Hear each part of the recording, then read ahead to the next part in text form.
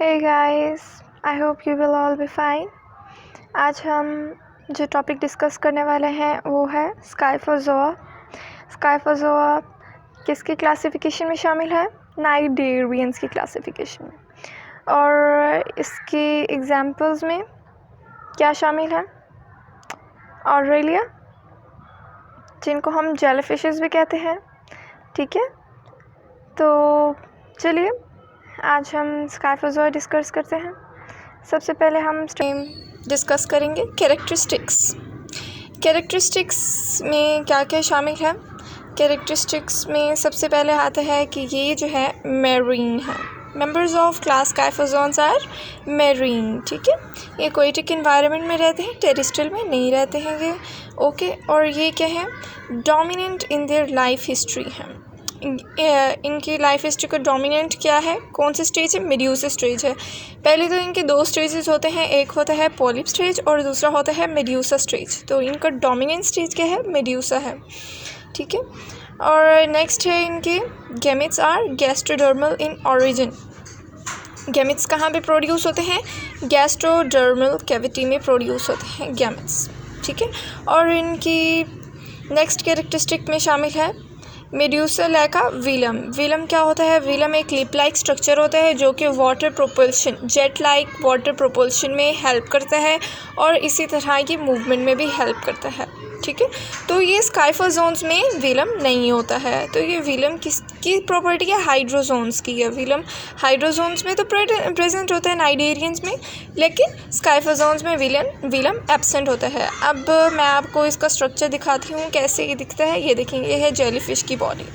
ठीक है, ऊपर ये हुड होता है टर्म लाइक। ठीक है, इसको बेल और हुड कहते हैं, और इनके जो नीचे ऐसे स्ट्रक्चर्स हैं इनको टेंटिकल्स कहते हैं, और ये टेंटिकल्स के अंदर ही माउथ होता है इनका। ठीक है, अब हम नेक्स्ट पढ़ते हैं इनकी डाइजेस्टिव सिस्टम। डाइजेस्टिव सिस्टम में क्या क्या चीज़ें शामिल होती हैं। ठीक है, और डाइजेस्टिव सिस्टम में पहले तो हम पढ़ेंगे कि इनके टेंटिकल्स होते हैं, जो पहले अभी मैंने आपको पिक्चर में दिखाए हैं टेंटिकल्स किस तरह के होते हैं। और ये टेंटिकल्स कहाँ पे प्रेजेंट होते हैं? मार्जिन ऑफ मेड्यूसा में, इनके मार्जिन्स में प्रेजेंट होते हैं। कि देख लें आप, डायग्राम है। ठीक है, ये मार्जिन होते हैं, कॉर्नर, ये एजेस को कहते हैं मार्जिन्स। ठीक है, इनके पास क्या होता है? टेंटिकल्स होते हैं। तो ये जो मार्जिन होती है इसमें क्या होते हैं? नॉचेस। मार्जिन में नॉचेस होते हैं। ये देखें, ये है मार्जिन, यहाँ पे हैं जी टेंटिकल्स इनके, ये हेयर लाइक स्ट्रक्चर्स इनके टेंटिकल्स हैं, और ये हैं नॉचेस। ये आप देख रहे हैं, इनको नॉचेस कहते हैं। ठीक है, notches are like this.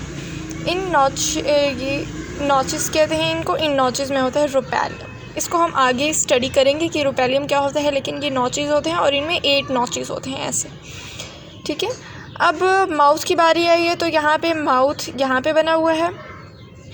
Mouth कहाँ पे ओपन होगा? स्टमक में। Mouth of Aurelia opens in stomach. Mouth कहाँ पे ओपन होगा? स्टमक में ओपन होगा। ठीक है, ये है माउथ इनका, ये है ओरल लोब्स। ठीक है, गैस्ट्रिक पाउचेस, ये ओरल लोब्स हैं। ठीक है, और ये जो माउथ के सराउंड किया हुआ है ये सर्कुलर पार्ट में, ये इनको कहते हैं गोनेट्स। ठीक है, ये लेबल की गई डायग्राम, इनको कहते हैं गोनेट्स। इन गोनेट्स के अंदर आप देखेंगे यहाँ पे होते हैं फिलामेंट्स, गैस्ट्रिक फिलामेंट्स भी प्रेजेंट होते हैं इनके अंदर, और गैस्ट्रिक पाउचेस भी प्रेजेंट होते हैं। ठीक है, अब स्टमक हैज़ 4 गैस्ट्रिक पाउचेस। ये स्टमक है, इनके गैस्ट्रिक पाउचेस हैं ये। Stomach has 4 gastric pouches. These pouches contain gastric filaments. ठीक है, इन्हीं गैस्ट्रिक पाउचेस के अंदर गैस्ट्रिक फिलामेंट्स मौजूद होंगे, और यहीं पे होते हैं गोनेट्स। ठीक है, अब रेडियल कैनल्स, मैं आपको बता दूं कि रेडियल कैनल्स कहाँ होते हैं। रेडियल कैनल्स ये होते हैं, ये रेडियल कैनल है। रेडियल कैनल कहाँ से स्टार्ट हो रहे हैं और कहाँ पे एंड हो रहे हैं? रेडियल कैनल गैस्ट्रिक पाउचेस से स्टार्ट होते हैं, स्टार्ट फ्रॉम गैस्ट्रिक पाउचेस। ये रेडियल कैनल है, तो ये कहाँ से स्टार्ट हो रहा है? गैस्ट्रिक पाउच से स्टार्ट होगा, और एंड कहाँ पे हो रहा है? Margin of medusa. ठीक है, to the margin of the radial canal start from the gastric pouches, these canals lead to the margin of medusa. ये हमने स्ट्रक्चर पढ़ लिया है। मैं अगेन रिवाइज करती जाऊँ कि इस स्ट्रक्चर में आपने क्या क्या पढ़ना है ताकि आपको अच्छी तरह याद हो जाए। सबसे पहले हमने क्या पढ़ा, टेंटिकल्स पढ़ी डाइजेस्टिव सिस्टम में, टेंटिकल्स प्रेजेंट होते हैं। फिर माउथ प्रेजेंट होता है, टेंटिकल्स में क्या होते हैं, नॉचेस प्रेजेंट होती हैं। माउथ प्रेजेंट होता है, माउथ कहाँ पे ओपन होगा, स्टमक में, और स्टमक में क्या है, 4 गैस्ट्रिक पाउचेस हैं। 4 गैस्ट्रिक पाउचेस में क्या होगा, 4 गैस्ट्रिक फिलामेंट्स होंगे, ठीक है। और फिर रेडियल कैनल्स की बात की गई है कि रेडियल कैनल कहाँ से स्टार्ट होंगे, पाउचेस से, गैस्ट्रिक पाउचेस से स्टार्ट होंगे और एंड कहाँ पे होंगे, मार्जिन ऑफ मेड्यूसा पे एंड होंगे। नेक्स्ट टॉपिक हम पढ़ते हैं न्यूट्रिशन। आई होप आपको पिछला डाइजेस्टिव सिस्टम वाला टॉपिक क्लियर हो गया हो। नेक्स्ट है टॉपिक न्यूट्रिशन। न्यूट्रिशन कि इसकी खुराक क्या होती है और ये खाता क्या है। ये बेसिकली क्या खाता है, प्लैंकटन फीड करता है, ये प्लैंकटन फीडर होते हैं, ठीक है। और ये पिछली वाली डायग्राम में आपको शो करती हूँ कि ये कैसे इंजेस्ट करते हैं फूड को। पहले तो ये क्या क्या खाते हैं वो मैं आपको बता दूँ। माइक्रोस्कोपिक एनिमल्स खाते हैं ये, और प्लैंकटन फीडर होते हैं, वही छोटे छोटे जो ऑर्गेनिज्म होंगे सी में पाए जाते हैं वो ये खाते हैं, ठीक है। अब ये कैसे खाते हैं, ये सबसे पहले तो वाटर में स्लोली सिंक करेगा फूड के लिए, ठीक है। It traps microscopic animals in mucus, ठीक है। एपिडर्मल सरफेस, अब ये सबसे पहले क्या करेगा, एपिडर्मल सरफेस पे ट्रैप करेगा माइक्रोस्कोपिक छोटे छोटे एनिमल्स को, अपनी एपिडर्मल सरफेस पे ट्रैप कर लेगा। एपिडर्मल सरफेस क्या होती है, बाहर वाला सरफेस, जो सबसे ऊपर वाली सतह होती है स्किन की, उसको एपिडर्मल सरफेस कहते हैं, ठीक है। अब सबसे पहले इसने छोटे छोटे ऑर्गेनिज्म को अपने ऊपर एपिडर्मल सरफेस पे ट्रैप कर लिया। अब ये इसको अपने इन स्मॉल ऑर्गेनिज्म को अपने माउथ के पास लेके जाना है जो कि सेंटर में है। अभी वो फूड तो मैं एपिडर्मल सरफेस पे है, ये देखेंगे एपिडर्मल सरफेस है, ठीक है, ये बाहर वाली।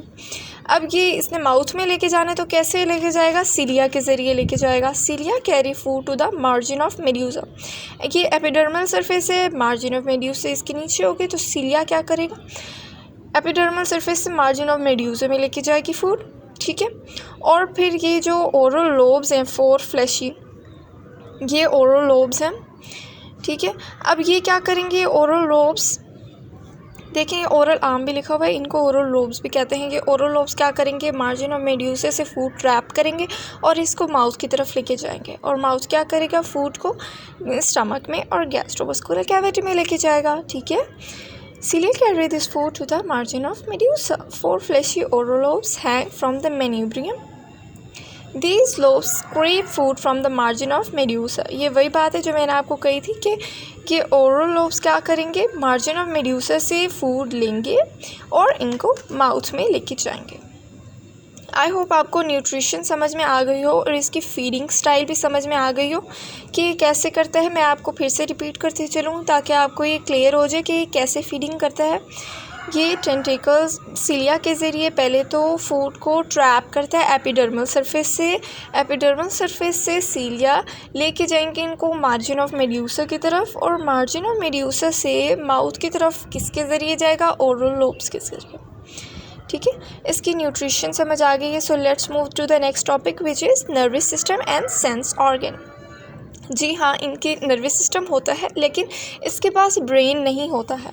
दे लैक ब्रेन, बट इनके पास कुछ चीज़ें ऐसी होती हैं कि वो नर्वस सिस्टम का काम करती हैं और सेंस ऑर्गन्स का काम करती हैं, ठीक है। अब ये सेंस ऑर्गन कहाँ पे प्रेजेंट होंगे, एपिडर्मिस में। एपिडर्मिस मैंने पहले भी बताया कि क्या होता है, आउटर सरफेस, स्किन की आउटर लेयर होती है एपिडर्मिस, ठीक है। सेंसरी रिसेप्टर्स कहाँ पे प्रेजेंट होते हैं, एपिडर्मिस में प्रेजेंट होते हैं। और इनके पास एक अहम स्ट्रक्चर होता है, उसको कहते हैं हम रुपेलिया। क्या कहते हैं हम इसको, रुपेलिया। ये कहाँ पे प्रेजेंट होता है, इसको मैंने रेड टाइटल में मार्क किया है ताकि आपको क्लियर हो जाए कि ये इम्पोर्टेंट स्ट्रक्चर है और आपको भूले ना कि ये रुपेलिया है, ठीक है। रुपेलिया क्या होता है, कहाँ पे प्रेजेंट होता है, ये नॉचेस में प्रेजेंट होता है। इनकी 8 ये देखिए मैं आपको दिखाती हूँ। रुपेलिया नॉचेस में प्रेजेंट होते हैं और 8 स्पेशलाइज्ड स्ट्रक्चर में होता है प्रेजेंट, ठीक है। इनके 8 स्ट्रक्चर होते हैं। रुपेलिया कितने होते हैं? 8 स्ट्रक्चर्स में होते हैं। कहाँ पे होते हैं? मार्जिन ऑफ मेड्यूसा में प्रेजेंट होते हैं, नॉचेस में। पीछे भी मैंने आपको स्ट्रक्चर दिखाया है। Let's move to backward. ये देखें, ये जो 8 नॉचेस नज़र आ रही होंगी मार्जिन ऑफ मेड्यूसा में है, ये 8 नॉचेस। काउंट कर लें इसको, ये 8 ही हैं नॉचेस। 1 2 3 4 5 6 7 8, ये 8 नॉचेस हैं। इन नॉचेस में क्या होगा? नॉचेस में क्या होगा? रुपेलिया होगा, ठीक है। ये देखें, ये रुपेलिया लेबल भी किया हुआ है कि इन नॉचेस में क्या होगा? 8 रुपेलिया होंगे 8 नॉचेस में मार्जिन ऑफ मेड्यूसा की।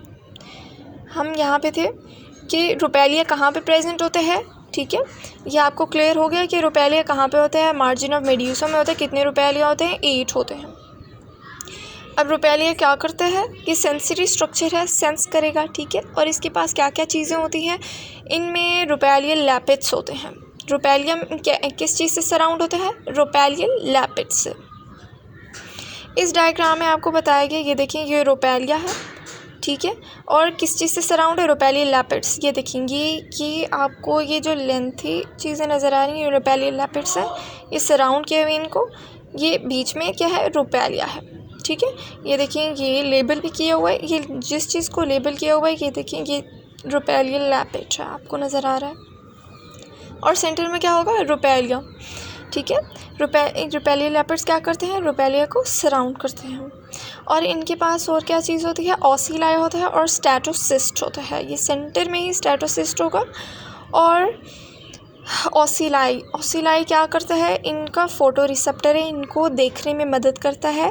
कि वैसे तो इनके पास आइज़ नहीं होती, लेकिन ये इनको सेंस करने में मदद करता है कि डे लाइट है मतलब रोशनी अगर होगी तो ये सेंस कर लेंगे कि बाहर बहुत तेज़ रोशनी है, डे लाइट है, तो ये डे लाइट में नहीं निकलते, ठीक है। डे लाइट में ऑरेलिया बाहर नहीं निकलते, जेलीफिशेस बाहर नहीं निकलती सी से बाहर। और जब ट्विलाइट हो जाए, ठीक है, अंधेरा हो जाए, शाम का वक्त हो, तो फिर ये बाहर आ जाती हैं। Aurelia comes to the surface at twilight, किसकी मदद से? फोटो रिसेप्टर की मदद से। और अगर डे लाइट हो तो ये सी के डेप्थ में चले जाते हैं। Is that clear? All the sense organs and nervous system I think clear हो गया होगा. So let's move to the next topic, which is reproduction and development. Reproduction and development. Reproduction में क्या होता है, ये कैसे develop करता है, और ये बात क्लियर है कि इनमें सेक्सुअल रिप्रोडक्शन भी होती है और एसेक्सुअल रिप्रोडक्शन भी होती है। सेक्सुअल रिप्रोडक्शन और एसेक्सुअल रिप्रोडक्शन दोनों होंगी इनमें, और ये अल्टरनेट करती रहती हैं, ठीक है। दोनों जनरेशन अल्टरनेट करती रहती हैं। पोलिप और मेड्यूसा दोनों जनरेशन इनमें अल्टरनेट करती रहेंगी, या तो कभी सेक्सुअल रिप्रोडक्शन होगी या एसेक्सुअल रिप्रोडक्शन होगी, ठीक है। तो एसेक्सुअल रिप्रोडक्शन कैसे होती है और सेक्सुअल रिप्रोडक्शन कैसे होती है, इसको हम डिस्कस करते हैं कि स्काइफोजन्स पहले क्या हैं? डाइशियस है। डाइशियस का मतलब मैंने आपको पहले भी बताया था क्या होता है। डाइशियस का मतलब होता है कि इनमें मेल और फीमेल गैमेट्स दोनों प्रेजेंट होंगे एक ही इंडिविजुअल में। मेल और फीमेल ऑर्गन्स दोनों प्रेजेंट होंगे, टेस्टिस भी प्रेजेंट होंगे, ओवरीज भी प्रेजेंट होंगे। इनको क्या कहते हैं? डाइशियस, ठीक है। और इनमें कितने गोनेड्स होंगे? 8 गोनेड्स होंगे इनमें। किस पाउच में पर पाउच इनमें कितने पाउचेस थे? 4 गैस्ट्रिक पाउचेस थे, जो माउथ के इर्द गिर्द 4 गैस्ट्रिक पाउचेस थे, जो मैंने आपको पिछले डायग्राम में बताया था। माउथ के सराउंड होते हैं 4 गैस्ट्रिक पाउच, ठीक है। तो 4 होते हैं पाउच और 8 होते हैं गोनेड्स। तो एक पाउच में कितने होंगे? 2 गोनेड्स। एक पाउच में 2 गोनेड्स होंगे। 2 गोनेड्स आर प्रेजेंट पर पाउच, तो 8 गोनेड्स 4 पाउचेस में प्रेजेंट होंगे। फर्टिलाइजेशन किस जगह पे होती है? ओरल लोब में। अब फर्टिलाइजेशन कैसे होगी कि जो जेलीफिश है ये सबसे पहले क्या रिलीज़ करेगी? एग और स्पर्म्स। एग और स्पर्म जब यूनाइट करेंगे तो क्या बनेगा? जाइगोट डिवेलप करेगा प्लैनुला स्टेज में, ठीक है। प्लैनुला स्टेज में डिवेलप करेगा। प्लैनुला क्या होगा? अटैच कर जाएगा सबस्ट्रेट के साथ, और जब ये प्लैनुला डिवेलप करेगा तो ये पॉलिप बन जाएगा, ठीक है। पॉलिप बन जाएगा और ये पॉलिप क्या होगा, ये एसेक्सुअली रिप्रोड्यूस करता है तो ये बडिंग के ज़रिए बड़ा होता जाएगा। पॉली जब बडिंग बनाएगा तो इसको स्काइफिस्टोमा, इस स्ट्रक्चर को क्या कहते हैं, स्काइफिस्टोमा। क्या देखिए कि मैंने रेड टाइटल में भी अंडरलाइन किया हुआ है, स्काइफिस्टोमा। जब पॉलिप रिप्रोड्यूस करता है, planula develops into polyp called scyphistoma. Scyphistoma क्या करता है, एक साल से ज़्यादा ये रह सकता है स्काइफिस्टोमा, और बडिंग के ज़रिए ये रिप्रोड्यूस करेगा। बडिंग के ज़रिए स्काइफिस्टोमा रिप्रोड्यूस करेगा। ये एसेक्सुअली रिप्रोड्यूस होता है पॉलिप, इसलिए बडिंग के ज़रिए क्या बनाएगा, स्काइफिस्टोमा। अब ये बर्ड्स जो हैं ये डिफरेंट 1 2 3 4 इतने बर्ड्स, अब ये ब्रेक ऑफ जब करेंगे तो क्या बनेगा, इफ़ायरा।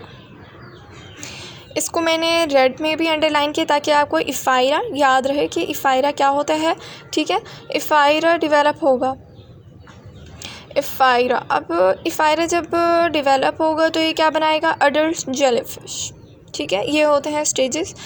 अडल्ट जेलीफिश बनाएगा, फिर ये मेड्यूसा स्टेज में चला जाएगा। मोस्टली ये मेड्यूसा होते हैं जेलीफिशेस अडल्ट, ठीक है। तो मेड्यूसा क्या रिप्रोड्यूस करता है, सेक्सुअली रिप्रोड्यूस करता है, और पॉलिप क्या करता है, ए सेक्सुअली रिप्रोड्यूस करता है। तो ये जनरेशन्स अल्टरनेट करती रहती हैं एक दूसरे से। इसमें याद करने वाले पॉइंट्स 2 हैं, इफ़ायरा और स्काइफिस्टोमा। 2 स्टेजेस इनमें अकर होती हैं, स्काइफिस्टोमा और इफ़ायरा। इफ़ायरा जब रिलीज़ करते हैं तो ये अडल्ट में जनरेट हो जाते हैं।